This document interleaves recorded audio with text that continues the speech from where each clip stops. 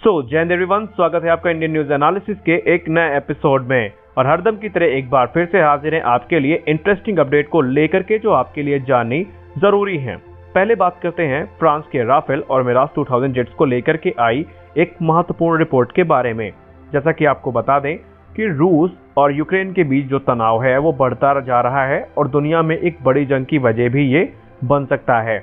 Ukraine से लगने वाली सीमा पर रूस ने बड़ी तादाद में बख्तरबंद हथियार और सैनिक तैनात कर दिए हैं। इससे यूरोप में युद्ध के आसार बढ़ते जा रहे हैं और पूरे यूरोप में हाई अलर्ट जैसे हालात पैदा हो रहे हैं। यही नहीं, इसमें आग में घी डालने का काम तब किया गया जब अमेरिका ने अपने बम बरसाने वाले विमानों को नॉर्वे पहुंचा दिया और इससे गुस्साए रूस ने भी अपनी नौसेना को वहां पर तैनात कर दिया है। फिलहाल हालात को देखते हुए फ्रांस ने भी अपनी तैयारी तेज कर दी है और खबर यह है कि हाल ही में फ्रांस की एयरफोर्स के राफेल और मिराज 2000 लड़ाकू विमानों ने एक मिलिट्री एक्सरसाइज के दौरान अपनी ताकत को दिखाते हुए परमाणु मिसाइलें दागी। फ्रांसीसी वायुसेना की न्यूक्लियर डेटरेंट फोर्स ने इस ऑपरेशन को अंजाम दिया। हालांकि फ्रांस अपनी परमाणु हमले की ताकत का जायजा लेने के लिए ऑपरेशन पोकर के तहत साल में 4 बार युद्धाभ्यास करता है, जो आमतौर पर रात में किया जाता है।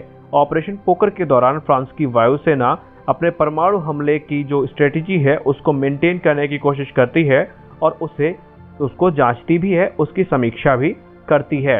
लेकिन इस बार इस चीज को काफी अलग नजरिए से लिया गया और इसलिए यहाँ पे जो बातचीत है वो आगे बढ़ गई है। पिछले हफ्ते युद्ध अभ्यास के बारे में फ्रांसीसी एयरफोर्स ने बताया कि इस एक्सरसाइज में कुल 50 लड़ाकू विमानों ने शिरकत की।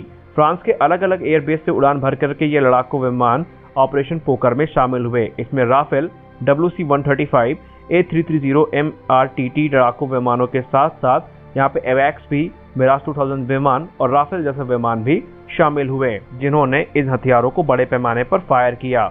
और कहा जाता है कि इससे एरिया में जो स्थिरता है उस पर फर्क पड़ सकता है। हमारी अगली बड़ी अपडेट भारतीय वायुसेना से निकल के आ रही है। दरअसल इंडियन ओशन रीजन में एक बहुत बड़ी एक्सरसाइज होने वाली है भारतीय वायुसेना के द्वारा और ये एक्सरसाइज में ब्रह्मोस सुपरसोनिक क्रूज मिसाइल का टेस्ट किया जाएगा और इस चीज़ की प्लानिंग इंडियन एयरफोर्स ऑलरेडी कर रही है। फिलहाल आपको बता दें कि जो डिफेंस सर्विसेज है उन्होंने इस चीज़ को शेड्यूल किया है कि तकरीबन 14 से लेकर के 16 अप्रैल के बीच में जो ब्रह्मोस मिसाइल की टेस्ट फायरिंग है वो आयोजित की जाएगी और ये सब कुछ होगा इंडियन ओशन रीजन में। और इस बात की जानकारी नोटिस टू एयरमैन नोटम द्वारा इशू कर दी गई है, जिसमें ये बताया गया कि अंडमान और निकोबार के जो आइलैंड एरियाज़ हैं वहाँ पर जो मिसाइल का टेस्ट है वो किया जा सकता है। और इस बात की जानकारी Twitter based defence website DTESPA की तरफ से दी गई है। फिलहाल जो ब्रह्मोस मिसाइल है इसने इंडियन एयरफोर्स को एक ऐसी कैपेबिलिटी प्रदान कर दी है जिसमें इंडियन एयरफोर्स अब बहुत दूर से ही जो एनिमी टारगेट्स हैं, जैसे एनिमी शिप हो गई, उनका इंफ्रास्ट्रक्चर हो गया, उसको तबाह कर सकती है और काफ़ी पिन पॉइंट एक्यूरेसी के साथ हर तरह के वेदर कंडीशंस में। खास बात यह है कि चाहे दिन हो या रात हो, ब्रह्मोस मिसाइल आसानी से दुश्मन के टारगेट्स को निस्त्रनाबूद करने की ताकत रखती है। और इस समय जैसा कि रिपोर्ट में बताया जा रहा है कि इंडियन एयरफोर्स अपने 40 से ज़्यादा सुखोई 30 MKI फाइटर जेट्स में इन मिसाइल्स को इंटीग्रेट कर रहा है ताकि उनकी कॉम्बैट कैपेबिलिटी इन्हेंस की जा सके। फिलहाल यहाँ पे जो ब्रह्मोस है वो इंडियन एयरफोर्स की स्क्वाड्रन 222, जिसको टाइगर शार्क के नाम से जाना जाता है, उसमें डिप्लॉय की गई है और ये नॉर्दर्न बॉर्डर के आसपास तैनात भी की गई है। ऐसा तब किया गया जब गलवान क्लैश में भारत के 20 वीर सैनिक वीरगति को प्राप्त हुए थे। तो इसी चीज़ से सीख लेते हुए भारत ने अपने जो एयरक्राफ्ट हैं उनमें इस तरह की सुपरसोनिक क्रूज मिसाइल को तैनात करने का फैसला किया। और जैसा कि आपको पता होगा, ब्रह्मोस दुनिया की इकलौती ऐसी सुपरसोनिक क्रूज मिसाइल है जिसको हवा, ज़मीन और पानी तीनों जगह से लॉन्च किया जा सकता है। और ब्रह्मोस एक ऐसी मिसाइल है जिसको इंटरसेप्ट करना किसी भी मिसाइल के बस की बात नहीं है, इसीलिए इसको अभेद भी माना जाता है।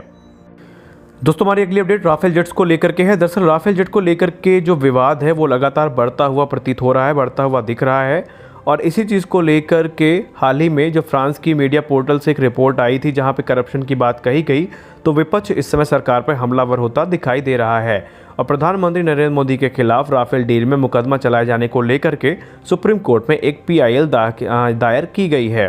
ये याचिका मनोहर लाल शर्मा नाम के व्यक्ति की तरफ से दायर की गई है।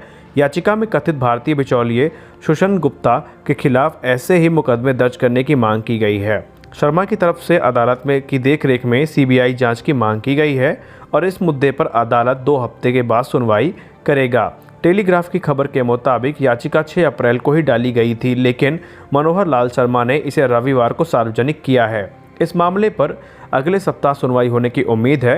गौरतलब है कि फ्रांस के मीडिया पोर्टल या मीडिया पार्ट ने यह दावा किया कि भारत के प्रवर्तन निर्देशालय ने सुषेण गुप्ता नाम के एक दलाल को दसाल्ट ट्रैवल या दसाल्ट एविएशन और उसकी सहायक कंपनी की तरफ से दी गई रकम की जांच की ही नहीं थी। फिलहाल आपको बता दें कि पोर्टल की तरफ से यहाँ पे दावा ये भी किया गया था कि गुप्ता ने रक्षा मंत्रालय से महत्वपूर्ण दस्तावेज हासिल किए थे, जिन्हें उसने दसाल्ट एविएशन को सौंप दिया था।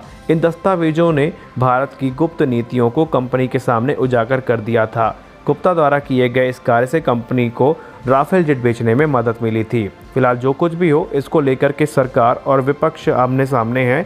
कभी सरकार विपक्ष पे प्रत्यारोप करती है तो कभी विपक्ष सरकार पे आरोप लगाती है, लेकिन अभी तक कुछ खुल के इस मामले में नहीं आया है। लेकिन जो कुछ भी हो, अब मामला सुप्रीम कोर्ट में है और बहुत जल्द इसमें सुनवाई होने की उम्मीद है, क्योंकि यहाँ पर फ्रांस की जो मीडिया ने यह दावा किया था उसने भी कोई प्रबल साक्ष्य सामने नहीं रखे। उसने अपने एक अनुमान के मुताबिक ये दावा किया था, जिसको फ्रांस ने खुद ही खारिज कर दिया था। लेकिन अब जो कुछ भी हो, सर्वोच्च न्यायालय इस मामले की जांच जरूर करेगा। हमारी अगली अपडेट काफ़ी महत्वपूर्ण है और ये चीन से संबंधित है और इस चीज़ ने सुरक्षा एजेंसियों के कान भी खड़े कर दिए हैं, क्योंकि भारतीय सुरक्षा एजेंसियों ने चीन के जो एयर डिफेंस सिस्टम्स हैं उनकी तैनाती पर कड़ी नज़र बनाई हुई है, जो पूर्वी लद्दाख के पास वास्तविक नियंत्रण रेखा के करीब तैनात हैं। सरकारी सोर्सेस ने बताया कि चीन की पीपल लिबरेशन आर्मी ने मौजूदा समय में चल रहे तनाव के मद्देनज़र HQ-9 और HQ-22 सहित जमीन से हवा मार करने वाली कई मिसाइल सिस्टम्स की तैनाती वहां पर कर रखी है। फिलहाल आपको बता दें कि HQ-9 रूसी S-300 एयर डिफेंस सिस्टम का एक रिवर्स इंजीनियर संस्करण है, जो चीन ने वहां पर बनाया है और तैनात भी किया है। ये एयर डिफेंस सिस्टम तकरीबन 250 किलोमीटर की दूरी से ही एनिमी के जो एयरक्राफ्ट से इनको तबाह करने की कैपेबिलिटी रखता है। सोर्सेज ने यह भी कहा कि चीन द्वारा तैनात किया गया जो एयर डिफेंस सिस्टम है और जो उनकी मिसाइल्स है उसमें भारत की कड़ी नज़र है। और हालिया रिपोर्टों से ये पता चला है कि चीन अपने जो विमानों की संख्या है वो भी वहाँ पे बढ़ा रहा है, लेकिन समय समय पर कभी वो बढ़ाता है कभी घटाता है। लेकिन अब वहाँ पे जो एयर डिफेंस सिस्टम्स की तैनाती है, इसने भारत की जो नज़रें हैं अपनी तरफ आकर्षित ज़रूर की हैं।